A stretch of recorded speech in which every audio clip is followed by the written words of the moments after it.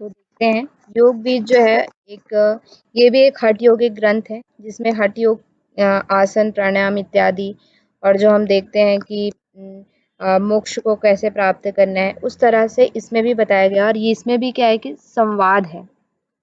ठीक है।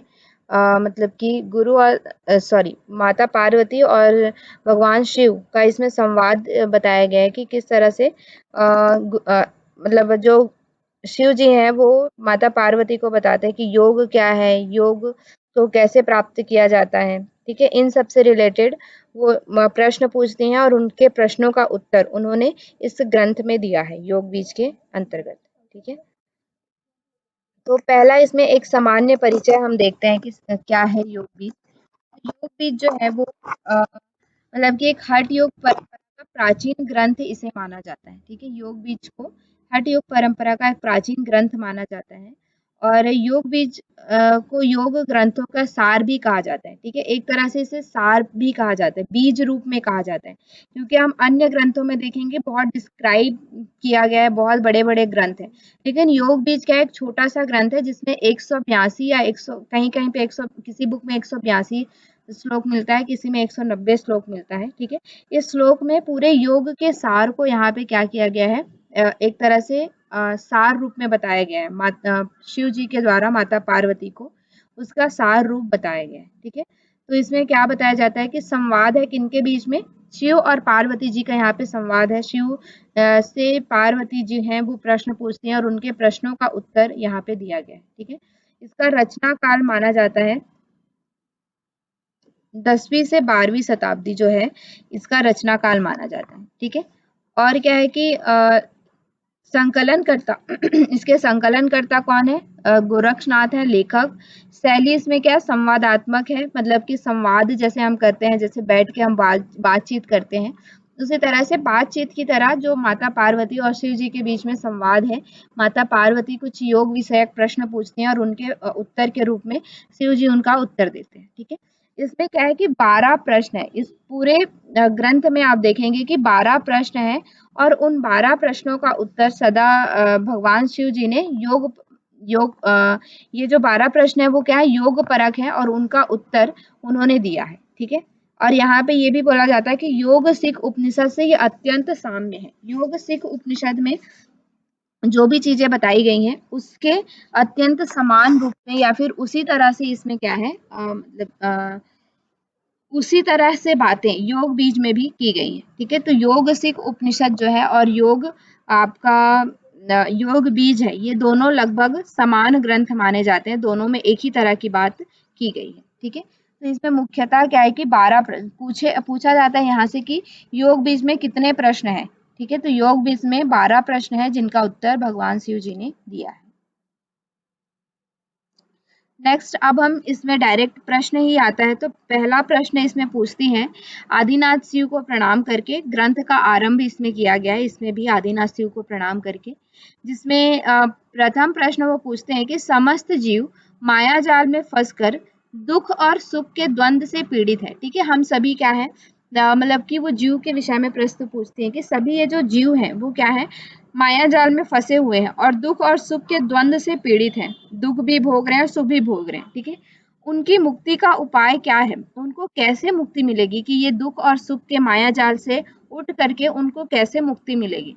हर प्रकार की सिद्धियों को प्रदान करने वाला, जन्म मृत्यु बुढ़ापा और रोग को नष्ट करने वाला, पूर्ण सुख देने वाला मार्ग क्या है, वो माता पार्वती उनसे पूछती हैं कि जो जन्म मृत्यु बुढ़ापा इत्यादि से छुटकारा दिला करके, रोग इत्यादि से छुटकारा दिला करके जो पूरा हमें क्या करे, सुख दे, सुख मार्ग को देने वाला, संपूर्ण सुख या पूर्ण सुख को देने वाला मार्ग क्या है उसके विषय में बताइए, ऐसा जो माता पार्वती हैं वो शिव जी से पूछती हैं। ठीक है, तो उत्तर के रूप में जो शिव जी हैं वो बताते हैं कि सभी बंधनों से छुटकारा पाकर मोक्ष कैवल्य प्राप्ति का एक ही मार्ग है, जिसे हम क्या कहते हैं, सिद्ध मार्ग कहते हैं या फिर उसी को नाथ मार्ग भी कहते हैं। ठीक है, जो सभी बंधन जो है मोह माया इत्यादि सुख दुख द्वंद्वों से बंधे हुए हैं, उन सभी बंधनों का एक ही उपाय है, एक कैवल्य प्राप्त करने का एक ही उपाय है, वो क्या उपाय है, सिद्ध मार्ग या फिर नाथ मार्ग।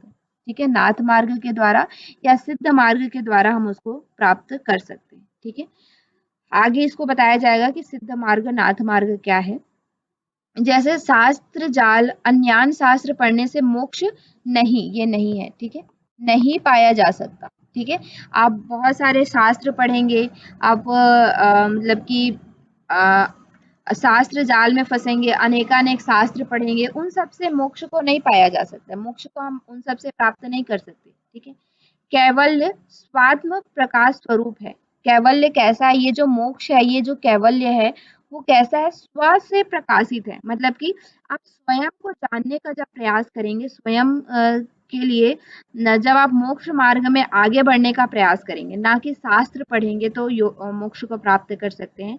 ये स्वयं से प्रकाशित ज्ञान है, स्वयं से प्रकाशित मतलब कि एक तरह से मार्ग है, जिसके द्वारा हम कैवल्य को प्राप्त कर सकते हैं। शास्त्रों में इसका वर्णन संभव नहीं है और शास्त्रों के द्वारा इसको प्राप्त नहीं किया जा सकता, ठीक है। ऐसा यहाँ पे बोला जा रहा है, जो मोक्ष या कैवल्य है वो किसी शास्त्र में आप पढ़ेंगे तो उसमें वर्णित भी नहीं है, उसमें कुछ चीजें ही वर्णित है। मोक्ष कैसा है कि स्वयं का अनुभव है, जैसे कि हम ध्यान करते हैं, ठीक है। तो ध्यान में क्या होता है कि हम 10 लोगों को एक साथ ध्यान कराते हैं, 10 लोगों को ध्यान के बाद उनका फीडबैक लीजिए कि आपको ध्यान करके कैसा लगा। तो सभी 10 लोगों में कोई भी समानता नहीं होगी, उनका सबका अलग अलग अनुभव होगा। उसी तरह से मोक्ष भी कैसा है, स्वात्म प्रकाश है, अपने अंदर से प्रकाशित हुआ ज्ञान है, अपने अंदर से स्फुरित हुआ ज्ञान है। वो किसी शास्त्र में लिखा नहीं जा सकता, या किसी मेरा और आपका अनुभव एक जैसा नहीं हो सकता, ठीक है। या मुझे और आपको मोक्ष प्राप्त करने में सही उतना ही समय नहीं लगेगा, जैसे कि मुझे 3 साल लग सकता है, आपको 2 साल लग सकता है, ठीक है। तो ये क्या है कि ये स्वयं से प्रकाशित है, स्वयं से स्फुरित ज्ञान है, ठीक है। ये किसी शास्त्र इत्यादि में लिखा नहीं जा सकता, या कोई इसका वर्णन नहीं कर सकता है, ठीक है। ऐसा यहाँ पे बोला जा रहा है। और क्या है कि परमात्मा का स्वरूप निष्कलंक, निर्मल, शांत, सर्वातीत, निरामय, पाप पुण्य रहित है, किंतु पाप पुण्य से आवृत्त होने के कारण जीव रूप हो जाता है, ठीक है। मतलब कि ये जो हमारे अंदर आत्मा है, ये जो जीव है, वो क्या है, परमात्मा का ही स्वरूप है। परमात्मा का स्वरूप कैसा है, निष्कल, मतलब कि कलाओं से रहित, निर्मल है, शांत है, सर्वातीत है, सभी जगह व्याप्त रहने वाला है, निरामय है, पुण्य फल देने वाला है, पुण्य पाप पुण्य फल से रहित है, उनको पाप या पुण्य फल नहीं लगता है, ठीक है। लेकिन हम क्या होते हैं, हम जो जीव उस परमात्मा का स्वरूप जब शरीर धारण करता है, तो शरीर धारण करते ही वो क्या हो जाता है कि अच्छे और बुरे कर्म करता है और उन कर्मों से लिप्त होता है। अगर वो अच्छा कर्म करता है, बुरा कर्म करता है, तो सभी उसकी क्या होती है, आसक्ति होती है, ठीक है। उनके प्रति उनका एक लगाव होता है, और उन लगाव होने के कारण वो जो कर्म है वो कैसा हो जाता है, पाप पुण्य वाला हो जाता है, ठीक है। इसीलिए यहाँ पे बताया गया है कि ये जो मतलब कि परमात्मा का स्वरूप जो जीव धारण करता है, वो इस कर्मों से लिप्त हो जाता है और वो पाप पुण्य रूप हो जाता है, और वही क्या होता है, सुख और दुख देने वाला होता है। ऐसा ये प्रथम प्रश्न का उत्तर दे रहे हैं, ठीक है। समझ में आया, क्लियर है? हाँ जी मैम, क्लियर है। ठीक है। फिर दूसरे प्रश्न में वो पूछते हैं, मतलब वो जो माता पार्वती हैं वो पूछते हैं कि उस परमात्मा से पृथक होने पर जीव भाव को कैसे प्राप्त होता है, ठीक है। जैसे वो बता रहे हैं कि परमात्मा जो है वो क्या होता है कि परमात्मा, जी मैम, क्लियर है। जी जी, परमात्मा जो है वो निर्मल है, शांत है, ठीक है, पाप पुण्य से रहित है।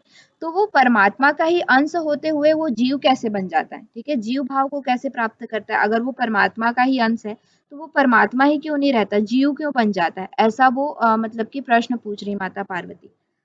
तो बताते हैं कि जैसे जल में बुलबुला स्वतः ही क्या होता है, उत्पन्न हो जाता है, ठीक है। जल में जो बुलबुला है वो स्वतः ही उत्पन्न हो जाता है।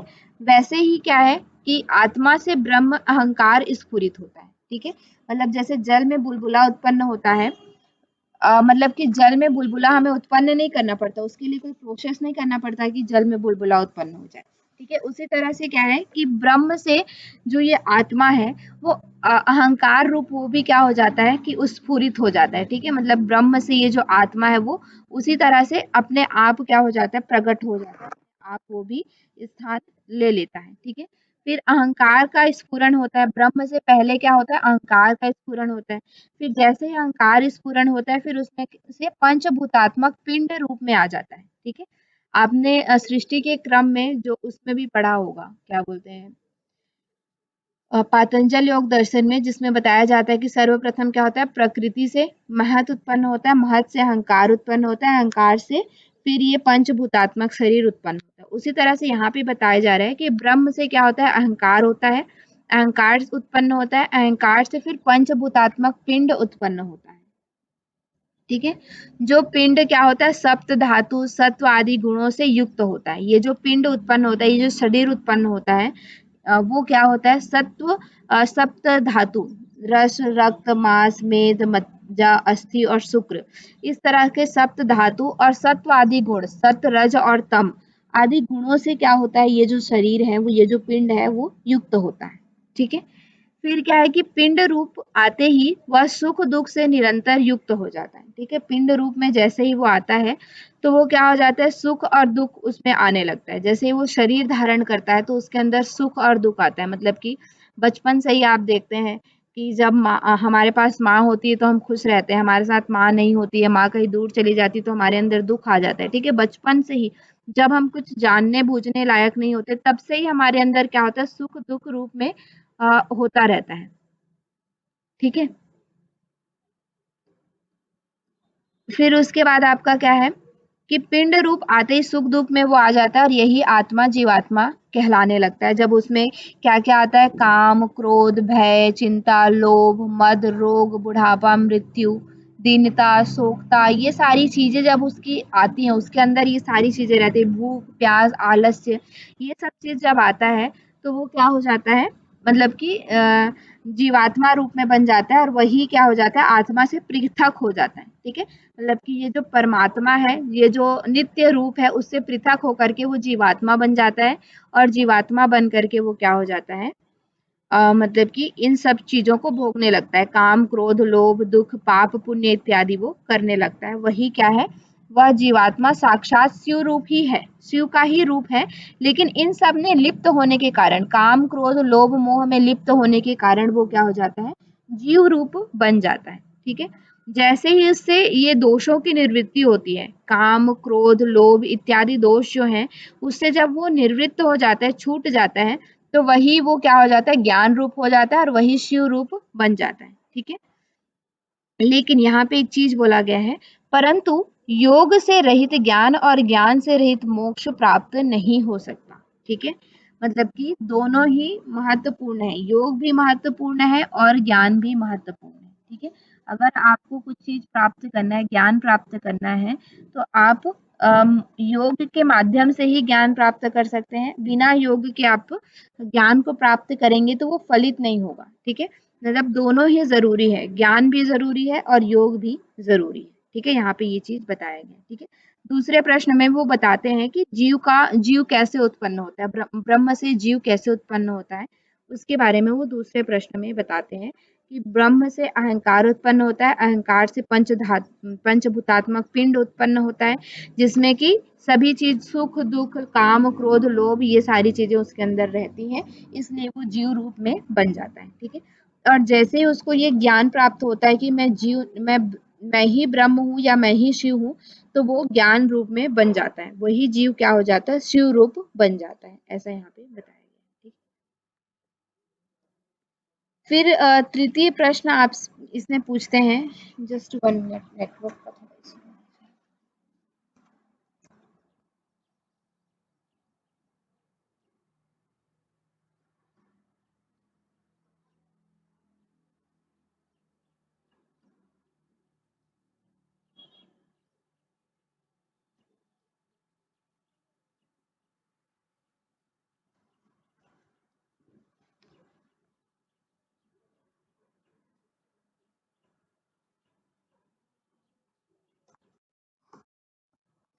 हाँ, 2 मिनट।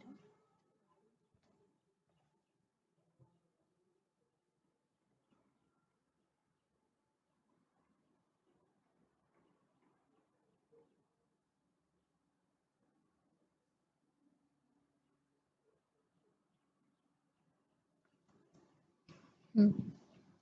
तृतीय प्रश्न में वो पूछते हैं मतलब माता पार्वती हैं वो पूछती हैं कि संसार की उत्पत्ति अज्ञान से हुई है, तो संसार से मुक्ति ज्ञान के द्वारा होनी चाहिए, इसमें योग का क्या प्रयोजन है? ठीक है, वो पहले कहते हैं, जैसे कि हम क्या कहते हैं कि ये जो सृष्टि की उत्पत्ति किससे हुई है? अज्ञान अविद्या के कारण इस सृष्टि की उत्पत्ति हुई है ना, अज्ञान के कारण इस सृष्टि की उत्पत्ति हुई है। तो वो कह रहे हैं कि जैसे ही अज्ञान समाप्त हो, ज्ञान प्राप्त हो, तो हमें मोक्ष मिल जाना चाहिए, इसमें योग का क्या प्रयोजन है? ज्ञान ज्ञान से ही मुक्ति हो जाना चाहिए, योग क्यों आया? ठीक है, योग मतलब कि अज्ञान से उत्पन्न हुआ है, तो जैसे ही ज्ञान प्राप्त हुआ हमें मुक्ति मिल जानी चाहिए। योग का क्या प्रयोजन है? क्यों योग को हम ले रहे हैं कि ज्ञान के द्वारा, ज्ञान और योग दोनों को मिला करके ही हमें मुक्ति मिलेगी, ऐसा हम क्यों कह रहे हैं? ठीक है, तो जो शिव जी हैं वो उत्तर देते हैं कि आपका कथन सत्य है कि बंधन का कारण अज्ञान है, तो मोक्ष का हेतु ज्ञान होना चाहिए। ठीक है, आप ये जो कह रही हैं कि ज्ञान के द्वारा इस सृष्टि की रचना हुई है, तो फिर ज्ञान के द्वारा इस सृष्टि से मुक्ति हो जाना चाहिए, मुक्ति मिल जाना चाहिए। लेकिन इसमें परंतु यह जान लेना मात्र ही कि मैं शिव हूँ, मैं ब्रह्म हूँ, हम काम क्रोध आदि से मुक्त नहीं हो जाएंगे। ठीक है, मान लीजिए आप हम भी जानते हैं, मैं भी जानती हूँ, आप भी जानते हैं, योग पढ़ रहे हैं, बाकी जो दूसरे फील्ड में है उनको तो मैं नहीं नहीं कहूंगी, लेकिन हम सभी किस में है? योग के फील्ड में है, तो हम जानते हैं कि मैं ही शिव रूप हूँ, मैं ही ब्रह्म रूप हूँ। तो क्या हम ये मानने लगे हैं कि मैं ही शिव रूप हूँ, मैं ही ब्रह्म रूप हूँ? आप मानते हैं? और मानते हैं तो क्या मतलब उस तरह का व्यवहार कर पाते हैं, शिव की तरह व्यवहार कर पाते हैं? हाँ जी, शिव की तरह आप व्यवहार कर पा रहे हैं, आप अपने आप को ब्रह्म, मैं ही ब्रह्म हूँ, इस तरह से आप पूरी तरह से आप मतलब अपने आप को मान पा रहे हैं? नहीं। नहीं, है ना? क्यों? क्योंकि हम जानना इतना इम्पोर्टेंट नहीं है, मतलब उस चीज को आत्मसात कर पाना, ठीक है, वो महत्वपूर्ण है। मतलब जिस तरह से हम जानते हैं कि शिव रूप ब्रह्म रूप हूँ, फिर भी हम काम क्रोध आदि दोषों दोषों से मुक्त नहीं हो पा रहे, हमारे अंदर काम भी है, क्रोध भी है, ठीक है, मोह भी है किसी चीज का, है ना? तो उन चीजों से हम मुक्त नहीं हो पा रहे हैं। इसके लिए इस ज्ञान को आत्मसात करने के लिए क्या चाहिए? हमें योग की आवश्यकता है। इस ज्ञान को अगर हमें आत्मसात करना है, इस ज्ञान को हमें जानना है, तो हम कैसे जान पाएंगे? योग के माध्यम से उसको हम जान पाएंगे। ठीक है, मतलब कि उसको आत्मसात कर पाएंगे। जानना अलग चीज है और उसे आत्मसात करना अलग चीज है। आत्मसात हम किसके माध्यम से कर पाएंगे? योग के माध्यम से कर पाएंगे, ऐसा वो तृतीय प्रश्न, जो तीसरा प्रश्न पूछते हैं, उनका उत्तर देते हैं। उसके बाद चौथा प्रश्न जो है उसमें वो बता रहे हैं कि यदि ज्ञान उस आत्मा का स्वरूप है, उससे परिपूर्ण है, व्यापक है, तो काम क्रोध इत्यादि दोष भी उस आत्मा से स्वरूप से भिन्न कैसे हुए? जैसे कह रहे हैं कि ज्ञान जो हमारा है वो आत्मा का स्वरूप है, ज्ञान के द्वारा हम आत्मा को प्राप्त करते हैं, है ना? लेकिन उससे परिपूर्ण है, तो ये जो काम क्रोध है वो भी तो आत्मा के ही स्वरूप है, मतलब उसको हम भिन्न कैसे कह रहे हैं, मतलब उसको हम अलग कैसे कह रहे हैं कि आत्मा से ये काम क्रोध लोभ इत्यादि जो दोष हम देखते हैं वो आत्मा से भिन्न है, ऐसा हम कैसे कह सकते हैं? वो भी तो आत्मा का ही स्वरूप हुआ, अगर ज्ञान आत्मा का स्वरूप है तो, क्योंकि आत्मा से ही उत्पन्न हो रहा है ना ये। तो उत्तर में वो कहते हैं कि आत्मा परिपूर्ण है, किंतु परिपूर्णता के दो प्रकार है। ठीक है, जैसे कि आत्मा तो परिपूर्ण है, आत्मा मतलब पूरी तरह से पूर्ण है, लेकिन इसके दो प्रकार हैं। पहला क्या है? सकल और निष्कल। सकल मतलब कि कला रहित, अहंकार से स्फुरण हुआ, मतलब अहंकार से जो स्फुरित हुआ है। ठीक है, तो जैसे कला रहित कह रहे हैं तो क्या हो रहा है, जिसमें हम देख रहे हैं कि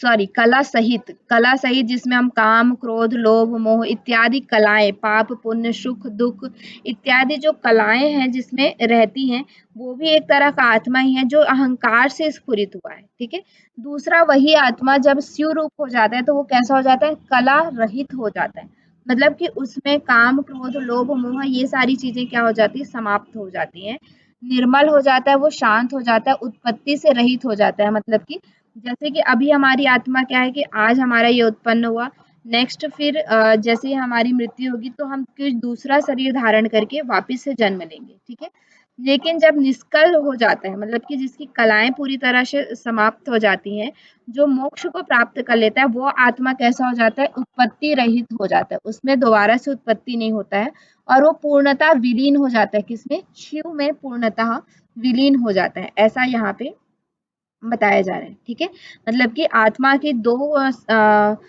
दो प्रकार है। एक सकल, जो हम सृष्टि में जितने भी हमारे अंदर, आपके अंदर जो आत्मा है वो कैसी है? सकल आत्मा है, जिसमें काम, क्रोध, लोभ, मोह, ये सारी चीजें क्या है। और दूसरा आपका क्या है? निष्कल आत्मा, जो मुक्ति को प्राप्त हो चुकी है। ऐसी आत्माएं भी हैं जो क्या है? कला से रहित है, जिनके अंदर काम, क्रोध इत्यादि नहीं है, और जो उत्पत्ति से रहित है, वो दोबारा से जन्म नहीं लेंगी, वो पूर्णतः विलीन हो चुकी हैं शिव में। ठीक है, इस तरह की आत्माएं यहाँ पे। ठीक है, तो ये चौथा प्रश्न का उत्तर वो दे रहे हैं कि ये कैसे अलग है। उसके बाद आपका आता है पांचवा प्रश्न। पांचवा प्रश्न में वो बताते हैं कि ज्ञानी व्यक्ति के लिए संसार में कुछ भी जानने योग्य शेष नहीं रहता, तो जब उसने आत्मा के भेद स्वरूप को जान लिया तो उसका मोक्ष क्यों नहीं हो जाता? ठीक है, मतलब कि एक ज्ञानी व्यक्ति जो है, जिसने पूरी तरह से ज्ञान प्राप्त कर लिया है, उसको उसको क्या होता है कि वो कुछ भी जानने के लिए शेष नहीं रहता है, मतलब कि सब चीज वो जाना हुआ रहता है, मतलब कि मैं ही ब्रह्म हूँ, ये सारी चीजें वो सब जाना हुआ रहती है। ये जो सृष्टि है वो नश्वर है, ठीक है, ये सारी चीजें वो जानता रहता है, फिर भी उसको मोक्ष क्यों नहीं प्राप्त होता है? ऐसा वो कह रहे हैं कि मोक्ष फिर उसको क्यों नहीं प्राप्त होता है। तो यहाँ पे फिर वही बता रहे हैं कि ज्ञानी के भी दो प्रकार होते हैं। ठीक है, एक क्या है? अपक्व ज्ञानी ज्ञानी, और दूसरा क्या है? परिपक्व ज्ञानी। ठीक है, एक क्या है? अपक्व ज्ञानी, दूसरा क्या है? परिपक्व ज्ञानी।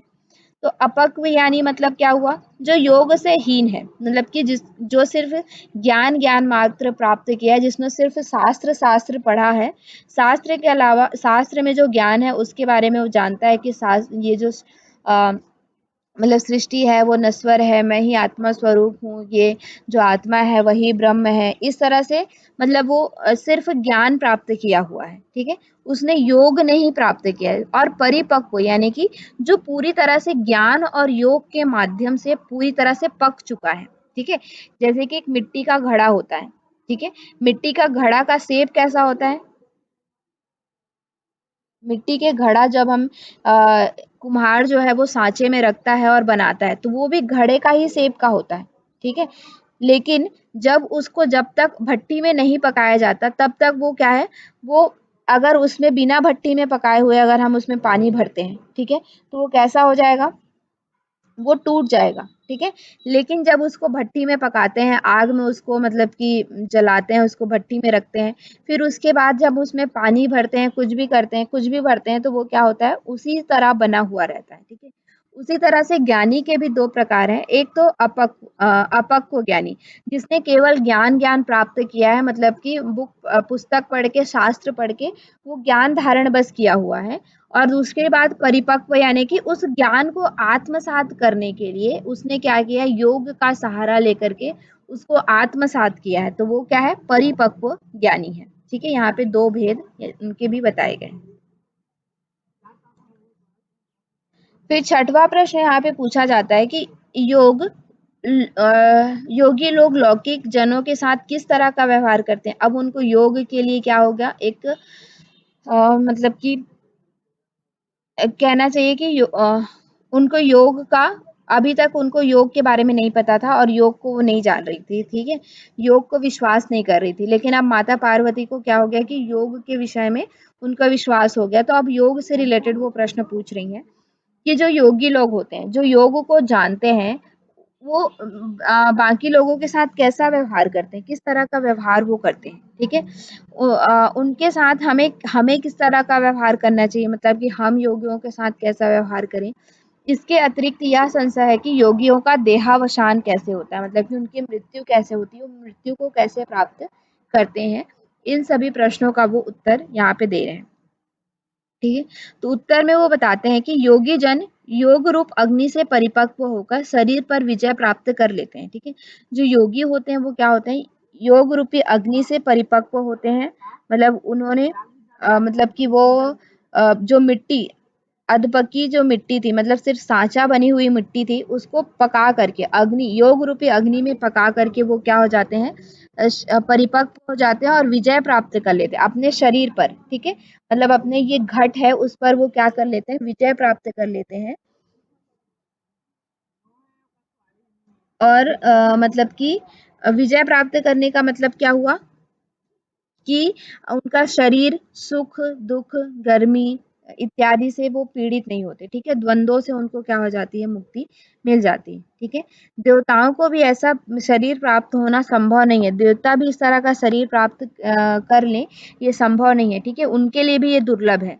वह स्व अधीन और अजर अमर हो जाता है। वो जो योगी है वो कैसा हो जाता है, स्वाधीन, मतलब कि सभी कार्य वो स्वयं से करता है, अजर और अमर हो जाता है। इस तरह से यहाँ पे बताया गया है, मतलब कि योगी के बारे में, कि योगी कैसा होता है कि उसका शरीर योग रूपी अग्नि से परिपक्व हो जाता है, और देवता भी ऐसा शरीर प्राप्त नहीं कर सकते, और अजर अमर हो जाता है। इस तरह से यहाँ पे बताया जा रहा है। ठीक है, फिर क्या है, वो इस तीन लोकों में कुछ भी उसके लिए दुर्लभ नहीं रहता है। वो जो योगी है उसके लिए इस तीन लोक में कुछ भी दुर्लभ नहीं रहता है, सभी चीज को वो प्राप्त कर सकता है। ठीक है, सभी चीजों को वो क्या कर सकता है, प्राप्त कर सकता है। और क्या है, इच्छा अनुसार विविध रूपों को धारण कर सकता है, जैसे कि अलग अलग तरह के रूपों को भी वो धारण कर सकता है, कुछ भी रूप अगर वो धारण करना चाहे। ठीक है, तो उस तरह से रूपों को भी धारण कर सकता है। सभी इंद्रियां उसके वश में रहती हैं, मतलब कि जो इंद्रियां है हमारी, पंच ज्ञान इंद्रियां, कर्म इंद्रियां, वो सभी इंद्रियां हम उनके उसके वश में रहती हैं। ठीक है, उस योगी के पंच महाभूतों से, गुणों से प्रभावित नहीं होता, मतलब कि पृथ्वी, जल, वायु इत्यादि से के जो गुण है। ठीक है, पृथ्वी का गुण क्या है, ह्यूमिडिटी जो हम बोलते हैं। ठीक है, ये जल का गुण शीतलता है, अग्नि का गुण क्या है, मतलब कि दाहकता। ये सभी जो गुण हैं उन सभी से वो प्रभावित नहीं होता है। वो मतलब कि गर्मी, धूप, शीत, इन सब जो द्वंद होते हैं उन सब से वो प्रभावित नहीं होता है। ठीक है, इसके विपरीत जो ज्ञानी होते हैं वो शरीर से पराजित, सुख दुख से पीड़ित रहते हैं। ठीक है, जो ज्ञानी जन होते हैं, केवल ज्ञान जानते हैं, वो उनको सब चीज होता है, उनको पीड़ा भी होता है, उनको सुख भी होता है, उनको दुख भी होता है। ठीक है, मतलब कि ज्ञानी क्या है, उससे बिल्कुल अपोजिट होते हैं। उनको सिर्फ ज्ञान ज्ञान प्राप्त होता है, और वो उनका आत्मसात नहीं किए होते हैं, इसलिए क्या है, वो सभी तरह के सुख दुख, वो एक सामान्य जन की तरह ही होते हैं। जैसे एक सामान्य जन क्या है, सुख दुख भोगता है ना, और पीड़ित रहता है चीजों से, उसी तरह से सामान्य जन की तरह भी वो भी क्या रहता है, सुख दुख से पीड़ित रहता है। ठीक है, उसके बाद सातवां प्रश्न जो है वो पूछते हैं कि ज्ञानी जनों की मृत्यु के बाद क्या गति होती है। वो जो ज्ञानी जन है वो मृत्यु के बाद कैसे, मतलब वो क्या करते हैं। ठीक है, जैसे योगी जन की मृत्यु के बाद क्या होता है, उसी तरह से ज्ञानी जनों की मृत्यु के बाद क्या होता है। तो ज्ञानी जन अपने द्वारा किए गए पाप पुण्य अनुसार मृत्यु के उपरांत फल प्राप्त करते हैं। ठीक है, अगर उन्होंने पाप किया है तो पाप फल नरक में जाएंगे, अगर उन्होंने पुण्य किया है तो स्वर्ग में जाएंगे, और कर्मों के अनुसार फल भोग करके पुनः अग्रिम जन्म में वो क्या करेंगे, ज्ञानवान ही बनते हैं। ठीक है, जैसे कि आपने पूरा ज्ञान प्राप्त कर लिया है, और लेकिन आप क्या है, सुख दुख से पीड़ित है ना, तो मृत्यु के बाद क्या होगा, अगर आपने पुण्य किया है तो आपको स्वर्गलोक मिलेगा, पाप किया है तो नरकलोक मिलेगा। और दोबारा से जैसे ही आपका पाप और पुण्य समाप्त होता है, तो फिर से दोबारा से आप क्या लेते हैं, जन्म लेते हैं। लेकिन कैसे जन्म लेते हैं, ज्ञानवान की तरह ही जन्म लेते हैं, ज्ञानी की तरह ही जन्म लेते हैं। ठीक है, और क्या होता है, अपने ज्ञान से, पुण्य के प्रभाव से अग्रिम जन्म में सिद्ध की संगति पाते हैं। ठीक है, क्योंकि वो ज्ञानी रहते हैं पूर्व जन्म में, तो अगले जन्म में वो क्या होते हैं, सिद्धों की संगति, जो सिद्ध पुरुष हैं उनकी संगति उनको मिलती है। और क्या होता है, इससे मोक्ष होगी या नहीं ये निश्चित नहीं है। ठीक है, मतलब कि अगले जन्म प्राप्त करके भी, सिद्ध जनों का संग प्राप्त करके भी उस ज्ञानी को मोक्ष मिलेगा या नहीं ये जरूरी नहीं है। ठीक है, मतलब कि वो मोक्ष उसको मिलेगा ही ऐसा हम नहीं कह सकते। ठीक है, उसको अगर उसने अच्छे कर्म किए, फिर से योग के शरण में गया, तब उसको मोक्ष मिल सकता है, लेकिन मोक्ष मिल ही जाएगा उसको अगले जन्म में, ये हम कह नहीं सकते। ठीक है, ऐसा यहाँ पे बता रहे हैं। फिर 8वां प्रश्न जो है उसमें वो बताते हैं कि जब उनके श्रुतियों में कहा गया है कि ज्ञान के द्वारा ही मोक्ष होता है, तो फिर ऐसा क्यों नहीं है कि ज्ञान के द्वारा ही मोक्ष होता है, ऐसा क्यों नहीं हो रहा है? ठीक है, वो पूछते हैं। तो बोलते हैं कि योग के बिना केवल ज्ञान से मोक्ष नहीं पाया जा सकता। ठीक है, योग को यहाँ पे बहुत ज्यादा महत्व दिया गया है कि अगर आपको मोक्ष प्राप्त करना ही है तो आप कैसे प्राप्त करेंगे? योग के द्वारा ही प्राप्त करेंगे। ठीक है, योग के द्वारा बिना सिर्फ ज्ञान प्राप्त करने से मोक्ष नहीं होता। ज्ञान केवल ज्ञान मुक्ति नहीं दे सकता। कभी भी केवल ज्ञान जो है वो मुक्ति नहीं दे सकता। आपको योग का सहारा लेना ही पड़ेगा। ठीक है, ज्ञान के द्वारा अनेक जन्म जन्मांतर के बाद कहीं योग की प्राप्ति होती है अगर आप ज्ञानी पुरुष हैं। ठीक है, तो फिर क्या होगा कि हो सकता है कि अनेक जन्म के बाद कहीं आपको मोक्ष मिल जाए।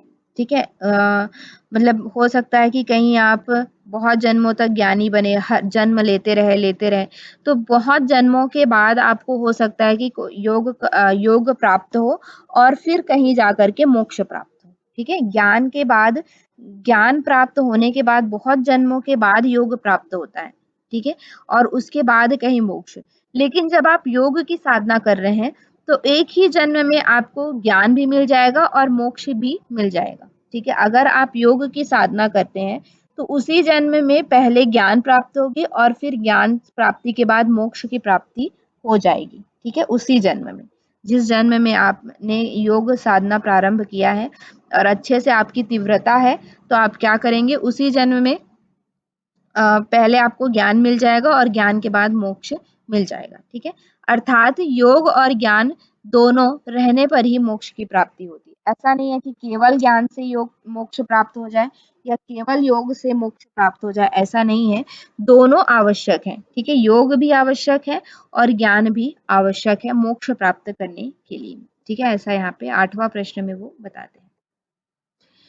फिर 9वां प्रश्न वो पूछते हैं कि यह कैसे स्वीकार कर लिया जाए कि ज्ञान द्वारा अनेक जन्मों में योग प्राप्त होगा और योग द्वारा एक ही जन्म में ज्ञान प्राप्त हो जाएगा। ठीक है, ऐसा कैसे कह रहे हैं आप कि योग जो है वो अनेक जन्म में प्राप्त, जो अनेक जन्म में ज्ञान के द्वारा अनेक जन्म में योग को प्राप्त करेंगे और योग को एक ही जन्म में योग और ज्ञान दोनों प्राप्त हो जाएगा, ऐसा आप कह सकते हैं। जैसे प्रीवियस प्रश्न में कहा ना कि ज्ञान के द्वारा अनेक जन्मों के बाद योग की प्राप्ति होगी, जबकि योग के द्वारा एक ही जन्म में ज्ञान और मोक्ष प्राप्त हो जाएगा। तो ऐसा आप कैसे कह सकते हैं? ठीक है, हम कैसे विश्वास कर लें या कैसे स्वीकार कर लें कि ऐसा होगा?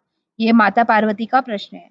तो उत्तर में वो कहते हैं कि ज्ञानी गुरु के उपदेश अथवा शास्त्र अध्ययन से अहम ब्रह्मास्मि आदि का ज्ञान प्राप्त करके मनन करके मुक्त हूँ ऐसा मानने लगता है। ठीक है, वो कहता है कि अहम ब्रह्मास्मि, मैं ही ब्रह्म हूँ, ऐसा वो मानने लगता है जो योगी है। लेकिन जो ज्ञानी है वो शास्त्र पढ़ता है या उनके गुरु के पास जाता है, गुरु ने बता दिया कि मैं ही ब्रह्म स्वरूप हूँ, ऐसा गुरु ने बोल दिया। ठीक है, तो उसको क्या करके शास्त्र पढ़ के या गुरु के उपदेश से वो मानने लगता है कि मैं ही ब्रह्म हूँ, ऐसा मनन करने लगता है। किंतु मानने मात्र से मुक्ति नहीं हो पाता है। ठीक है, केवल आप मान रहे हैं कि मैं ही ब्रह्म हूँ, ऐसा बस आप मान रहे हैं, तो इससे मुक्ति नहीं होगा। ठीक है, मुक्ति के लिए आपको क्या करना पड़ेगा? इस सत्य को जानकर सैकड़ों जन्म योग के द्वारा मुक्ति प्राप्त होती है। इस सत्य को अगर आप जानते भी हैं तो भी आपको क्या होगा कि सैकड़ों जन्म के बाद योग की प्राप्ति होगी और फिर कहीं जाकर के मुक्ति की प्राप्ति होगी। ठीक है, इसके विपरीत अगर आप उसी जन्म में ज्ञान प्राप्त कर मोक्ष को प्राप्त होता है, योग करते हैं, तब क्या होता है कि ज्ञान को प्राप्त भी हो जाता है और मोक्ष को प्राप्त होता है। इसका कारण क्या है? इसको आप कैसे मतलब समझ सकते हैं? इसमें क्या है, जब आप योग करते हैं तो योग में क्या होता है, प्राण और अपान का समायोजन होता है। ठीक है, प्राण और अपान, जैसे हमने हठ प्रदीपिका और घेरण संहिता में भी पढ़ा कि जब आप योग करते हैं तो फिर क्या करते हैं, हम जो प्राण वायु है उसे नीचे लाते हैं और जो अपान वायु है उसे ऊपर लाते हैं और इनका समायोजन करते हैं, इनको मिलाते हैं। ठीक है, फिर क्या करते हैं, इन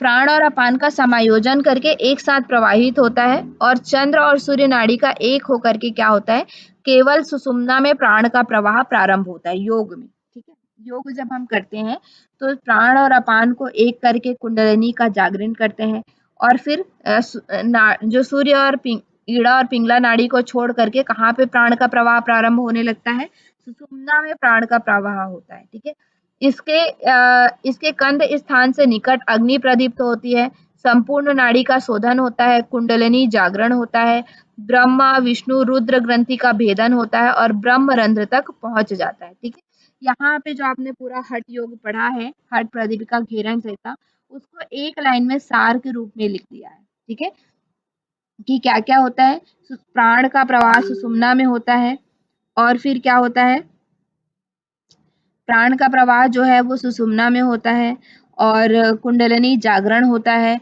ब्रह्मा ग्रंथि विष्णु ग्रंथि रुद्र ग्रंथि का भेदन होता है, पूरी नाड़ियां संस्थान जो है वो शुद्ध होती हैं और उसके बाद वो जो है हम शिव और शक्ति, शिव हमारी कुंडलिनी और शक्ति जो हमारा ब्रह्मरंध्र है उसमें पहुंच जाता है, उन दोनों का मिलन हो जाता है और हमारे योग क्या है वो सिद्ध हो जाता है। ठीक है, इससे क्या होता है कि सभी तरह की व्याधियां हैं वो नष्ट हो जाती है और ज्ञान प्राप्त कर मोक्ष को प्राप्त होता है। जब ब्रह्मरंध्र तक आप पहुंच जाते हैं तो सभी व्याधियां नष्ट हो जाती हैं, ज्ञान को भी प्राप्त कर लेती हैं और मोक्ष को भी प्राप्त कर लेती हैं, ऐसा यहाँ पे बताया जा रहा है। ठीक है, तो ज्ञान से परे जब योग के द्वारा हम इस मार्ग में जाते हैं तो हम जल्दी से और मतलब कि सरलता पूर्वक हम क्या कर सकते हैं, मोक्ष को प्राप्त कर सकते हैं। यहाँ पे योग का महत्व बताया गया है। ठीक है, फिर 10वां प्रश्न वो पूछते हैं, कृपया इस तथ्य का उपदेश कीजिए कि योग किसे कहते हैं। अब क्योंकि योग के प्रति उनका पूरा विश्वास हो गया, माता पार्वती को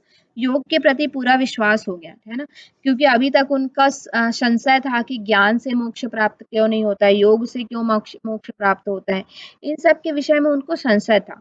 लेकिन अभी 10वां प्रश्न में वो पूछती हैं कि अब योग के प्रति उनका पूरा विश्वास हो गया तो वो अब योग परक बातें पूछ रही हैं कि कृपया बताइए कि योग को किसे कहते हैं, किसे हम योग कहते हैं। ठीक है, योग अभ्यास किस तरह किया जाता है, योग अभ्यास से क्या क्या होता है।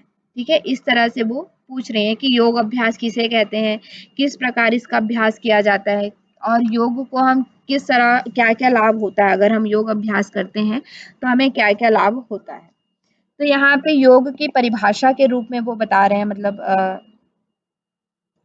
शिव जी हैं वो बता रहे हैं कि प्राण और अपान का, रज और वीर्य का, सूर्य और चंद्रमा का, जीवात्मा और परमात्मा का एक हो जाना, अद्वैत हो जाना।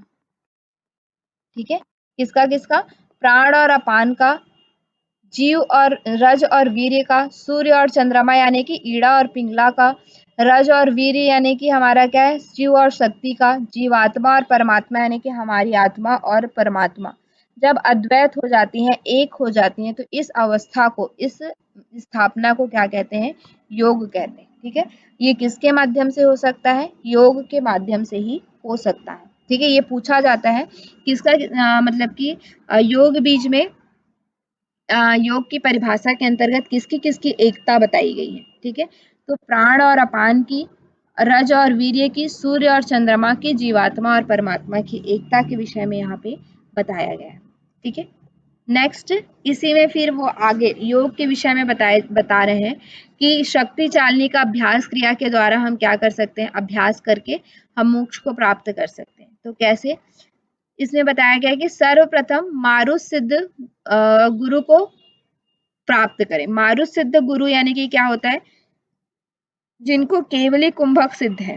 ठीक है, जिनको क्या है, प्राणायाम सिद्ध है, केवली कुंभक सिद्ध है, ऐसे गुरु को प्राप्त करें। मारुत सिद्ध यानी कि जिनका प्राणायाम पूरी तरह से सिद्ध है, ऐसे गुरु के पास आपको जाना है। ठीक है, हमने प्रीवियस और भी ग्रंथों में देखा है कि गुरु के उपदेश के द्वारा हम कभी भी, गुरु के मार्गदर्शन के द्वारा बिना हम कभी भी योग को प्राप्त नहीं कर सकते, कभी भी मोक्ष को प्राप्त नहीं कर सकते। तो यहाँ पे भी ये बताया जा रहा है कि हमें क्या है कि प्राणायाम सिद्ध गुरु के पास जाना है, उसको प्राप्त करना है। ठीक है, फिर उनकी सेवा करके विष्टनाम्बर लेना है। विष्टनाम्बर कैसा होता है, हमने हठ प्रदीपिका और घेरन संहिता में पढ़ा है कि विष्टनाम्बर क्या होता है कि एक छोटा एक बितस्ती, एक बित्ता लंबा सफेद पतला कपड़ा होता है जो 4 अंगुल चौड़ा होता है। ठीक है, इसको विष्टनाम्बर कहते हैं, जो एक बित्ता लंबा 4 अंगुल चौड़ा सफेद धवल और मृदुल यानी कि कोमल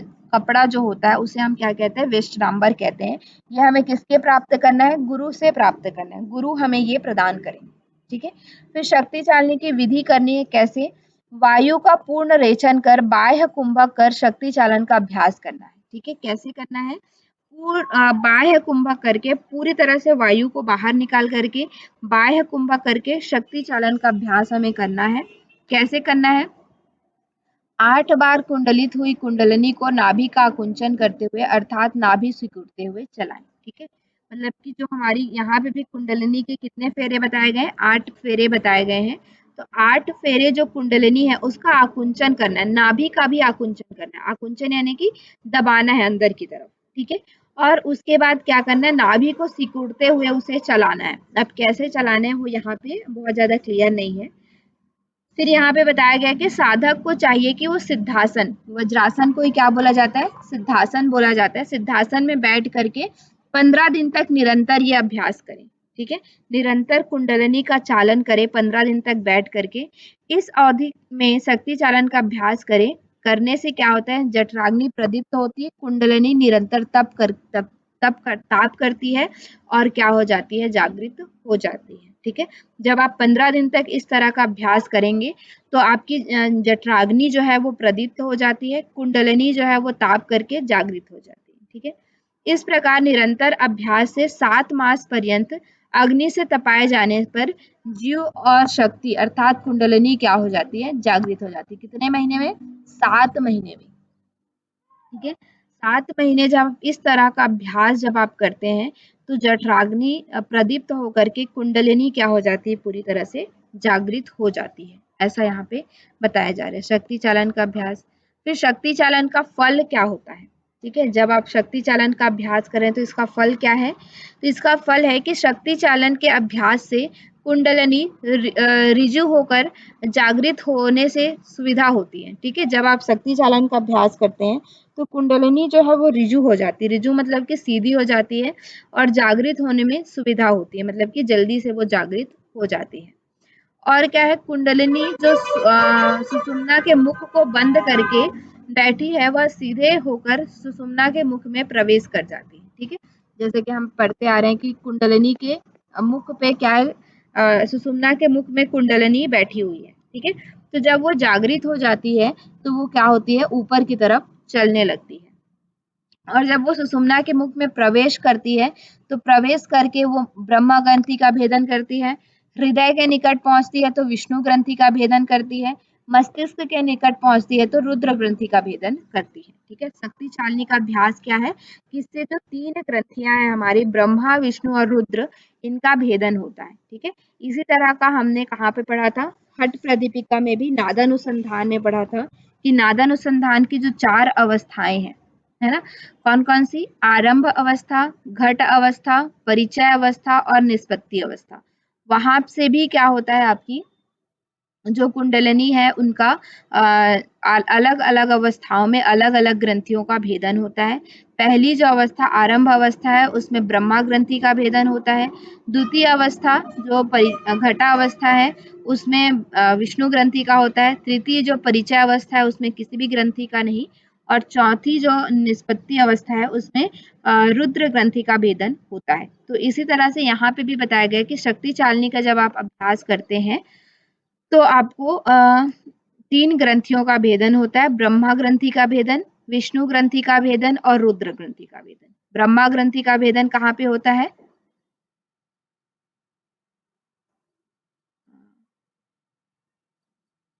जस्ट 1 मिनट।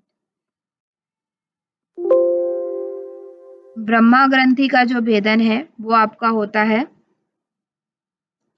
मूलाधार चक्र के पास। विष्णु ग्रंथि का भेदन होता है आपका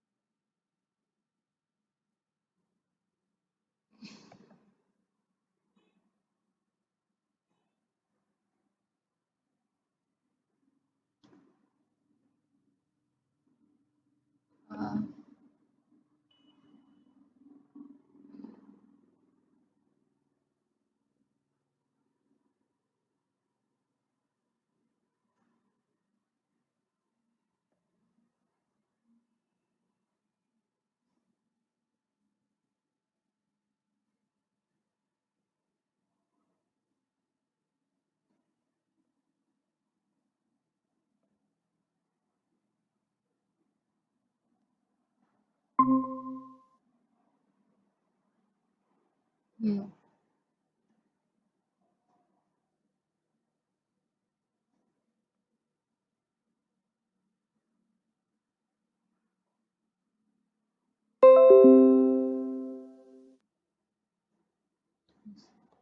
ठीक है। तो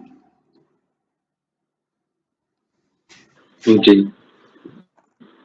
बीच में एक बार थोड़ा सा वॉइस आना कम हो गया था। हाँ,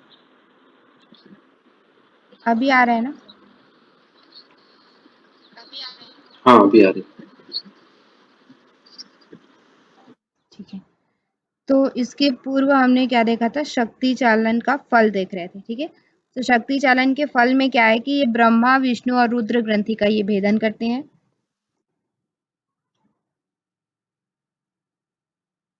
और क्या होता है? कुंडलिनी का जागरण होता है, सहस्त्रार में प्राण का प्रवाह होता है और असंप्रज्ञात समाधि की प्राप्ति होती है। असंप्रज्ञात समाधि आपने योग सूत्र में पढ़ा होगा, ठीक है। असंप्रज्ञात समाधि एक तरह से क्या है? निर्बीज समाधि, जिसमें कि बीज कुछ भी नहीं रहता है।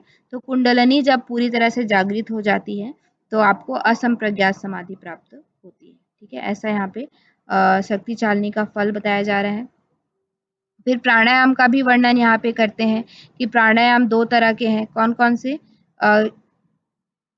कुंभक की क्रिया करते हैं, ठीक है। तो इसमें दो तरह के प्राणायाम बताए गए हैं, सहित कुंभक और केवल कुंभक, ठीक है। तो ये चीज भी हमने देखा। सहित मतलब कि क्या है? जिसमें कि रेचक पूरक के साथ हम कुंभक करते हैं, और केवल कुंभक में हम केवल लंबे समय तक हम कुंभक करते हैं, उसे हम क्या कहते हैं? केवल कुंभक कहते हैं, ठीक है। तो यहाँ पे चार तरह के कुंभक बताए गए हैं। कौन कौन से? सहित कुंभक के अंतर्गत चार तरह के बताए गए हैं। पहला क्या है आपका? सूर्य भेदन। सूर्य भेदन में क्या होता है? वही सूर्य नाड़ी से आपको पूरक करना है, 3 बंध लगाना है और चंद्र नाड़ी से क्या करना है? आपको रेचक करना है, ठीक है। तो ये सूर्य भेदन हो गया। उदर के सभी प्रकार के रोग और कंठ रोग क्या होते हैं? इससे दूर होते हैं, ठीक है। सूर्य भेदन से क्या होता है आपका? उदर के रोग और कंठ रोग दूर होता है। उसके बाद उज्जाई प्राणायाम आपका आ मैम, गया। पीपीटी डिस्प्ले नहीं हो रही है।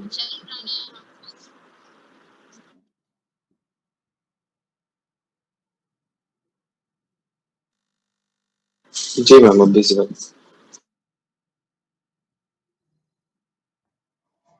फिर आपका क्या है? उज्जयी प्राणायाम, ठीक है। उज्जयी प्राणायाम में क्या होता है? दोनों नासिका से पूरक कुंभक करके ईड़ा से हमें क्या करना है? रेचक करना है।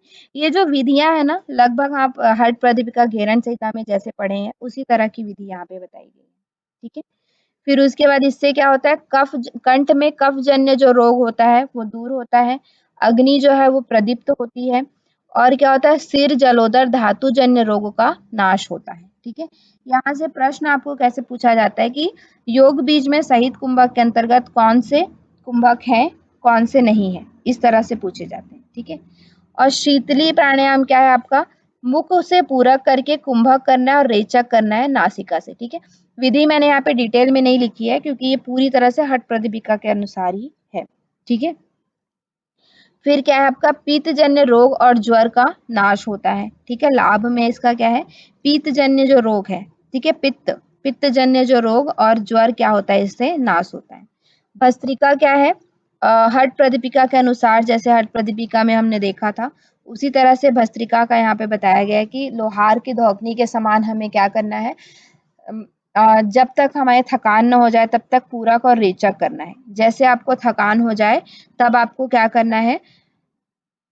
सूर्य नाड़ी से पूरक करना है और चंद्र नाड़ी से कुंभक लगा करके चंद्र नाड़ी से रेचक करना है। इस तरह से यहाँ पे भस्त्रिका प्राणायाम बताया गया है।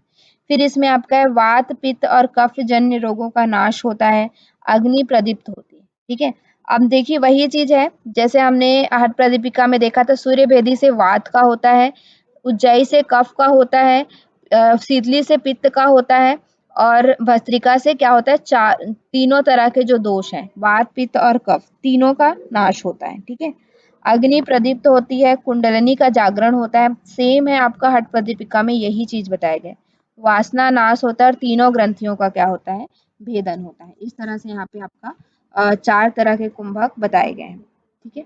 फिर 3 बंध आपका यहाँ पे बताया गया है। कौन कौन सा? मूल बंध, उड्डयन बंध और जालंधर बंध, ठीक है। तो मूल बंध क्या है? गुदा का आकुंचन करना है, और इससे क्या होता है, प्राण अपान नाद बिंदु एक होते हैं, फलस्वरूप योग की सिद्धि होती है। ठीक है। फिर उद्यान बंद करना है, इसमें हम क्या करते हैं, कुंभक के अंत में रेचक के प्रारंभ में किया जाता है। ठीक है। मतलब कुंभक जैसे समाप्त होता है, रेचक जैसे ही प्रारंभ होता है, तब हम पेट को पीछे की तरफ क्या करते हैं, सिकोड़ते हैं, पीठ पीठ की तरफ उसको क्या करते हैं, आकुंचन करते हैं। ठीक है। उसको हम क्या कहते हैं, उद्यान बंद कहते हैं। इससे क्या होता है, युवा भी वृद्ध हो जाता है और क्या होता है, 6 मास में मृत्यु को जीत लेता है। ठीक है। और फिर जालंधर बंद में क्या होता है, पूरक करके अंत में कंठ का संकोचन करके प्राण वायु को अंदर रोकना। अंतः कुंभक लगाने के लिए हम क्या करते हैं, कंठ का संकोचन करते हैं। इससे क्या होता है, अमृत की रक्षा होती है। ठीक है। जो हमारे ब्रह्मरंध्र से अमृत का स्राव हो रहा है, उसकी रक्षा होती है। ऐसा यहाँ पे 3 बंद के रूप में बताया जा रहा है। ठीक है। फिर केवल कुंभक के बारे में यहाँ पे बताया जाता है, जिसमें कहते हैं कि ब्रह्म नाड़ी प्राणों में प्रवेश करने के बाद पूरक करके बार बार रेचन ना करना पड़े। ठीक है। मतलब कि पूरक करके जब बार बार रेचन ना करना पड़े, बहुत समय तक आप कुंभक कर लें, तो उसको हम क्या कहते हैं, केवल कुंभक कहते हैं। फिर रेचन का विलय, केवल कुंभक की सिद्धि, मतलब कि रेचक आपको ना करना पड़े, बहुत समय तक 1 घंटे 2 घंटे तक आप कुंभक करें, तो उसको हम क्या कहते हैं, केवल कुंभक कहते हैं। ठीक है।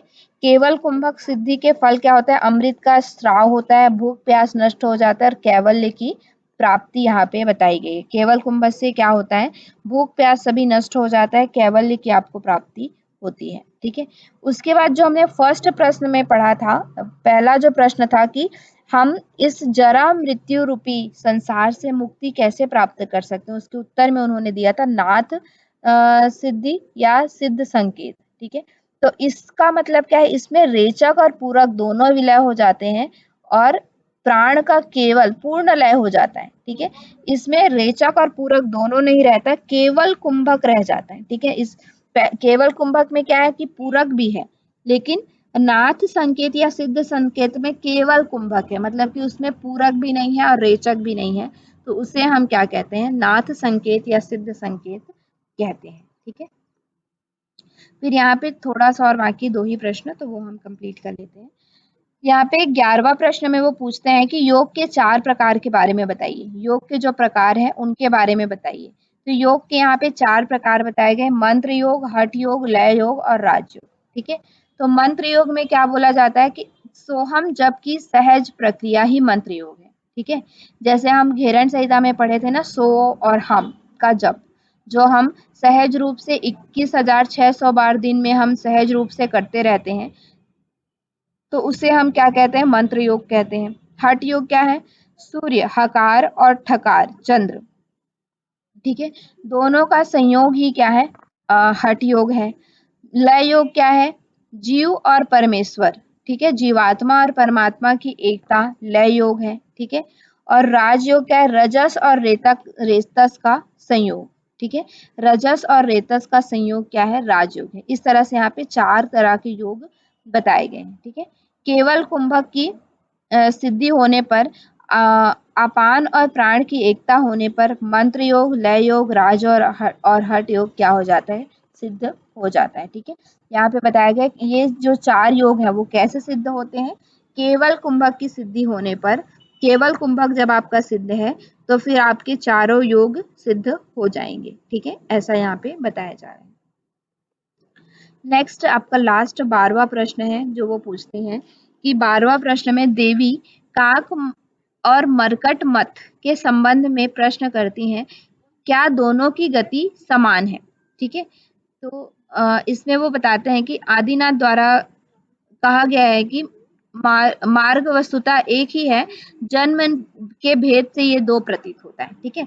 आपने योग सूत्र में भाव प्रत्यय, विधेय प्रत्यय, भाव प्रत्यय और उपाय प्रत्यय पढ़ा है। भाव प्रत्यय, हाँ जी। भाव प्रत्यय का क्या मतलब है,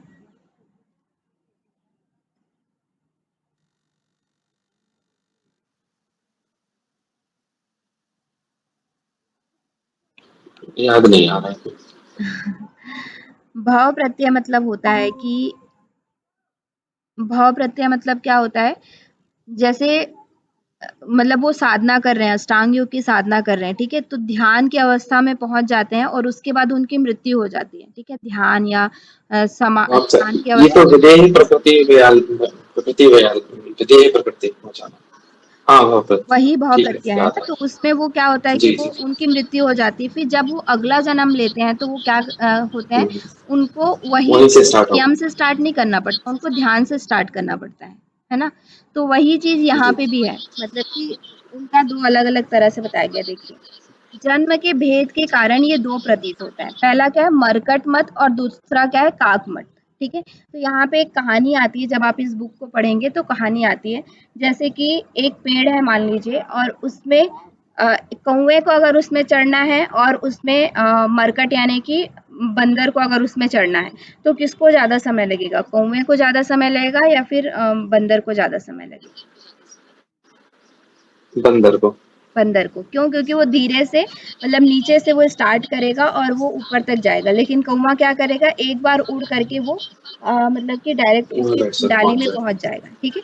तो वही यहाँ पे बताते हैं कि मरकट जो होता है, जैसे कि आपने इसी जन्म में धीरे धीरे क्या किया, शुरू से यम से स्टार्ट किया है, ठीक है? तो यम से स्टार्ट करते करते आप क्या करेंगे, समाधि तक पहुंचेंगे, ठीक है? तो वो क्या होगा, मरकट मत, यानी कि उसी जन्म में आपको शुरू से स्टार्ट करके उसी जन्म में आपको मुक्ति मिल गई, तो उसे हम क्या कहते हैं, मरकट मत कहते हैं, ठीक है? जैसे कि उसी जन्म में हमने योग प्रारंभ किया, और उसी जन्म में धीरे धीरे करके हमारी जैसे साधना की तीव्रता थी, उस हिसाब से हमने क्या कर लिया, मतलब कि उसी जन्म में जब मुक्ति को प्राप्त कर लिया, तो ये हमारा क्या हो गया, मरकट मत हुआ, ठीक है? जिसे धीरे धीरे करके उसी जन्म में उसने समाधि को प्राप्त कर लिया, मुक्ति को प्राप्त कर लिया। लेकिन काक मत मतलब क्या होता है कि उसने प्रारंभ किया था इस जन्म में, लेकिन किसी कारणवश उसकी मृत्यु हो गई, आधे आधे दूर पहुंचते, आधा वो पहुंच गया था साधना करते करते, लेकिन किसी कारणवश उनकी देहावसान हो गया, उनकी मृत्यु हो गई, ठीक है? तो फिर वो क्या करेंगे, अगले जन्म में जब वो आएंगे, तो उनको जल्दी ही मुक्ति मिल जाएगी, जैसे जन्म के कुछ वर्ष बाद ही उनको क्या हो जाएगा, मुक्ति मिल जाएगा, तो उसे हम क्या कहते हैं, काक मत कहते हैं, ठीक है? क्लियर है?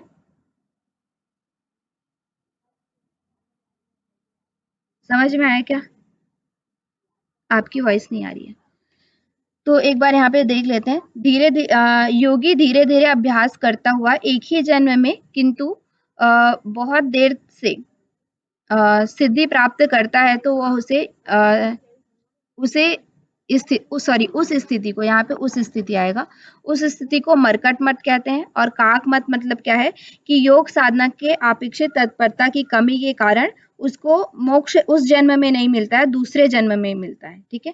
तो उसे हम क्या कहते हैं, काक मत कहते हैं, ठीक है? दोनों मार्ग एक ही है, लेकिन जन्म के भेद के कारण इसका अलग अलग नाम हुआ है, ठीक है? तो यहाँ पे मतलब वो फिर लास्ट में कहते हैं कि सभी प्रश्नों का उत्तर पा करके पार्वती कहती हैं कि मैं सभी संशयों से निवृत्त हुई, अविद्या से निवृत्त हुई, मैं तृप्त हुई और कृत काम हुए, आपको बारंबार प्रणाम। ऐसा करके फिर ये ग्रंथ जो है वो समाप्त होता है, ठीक है?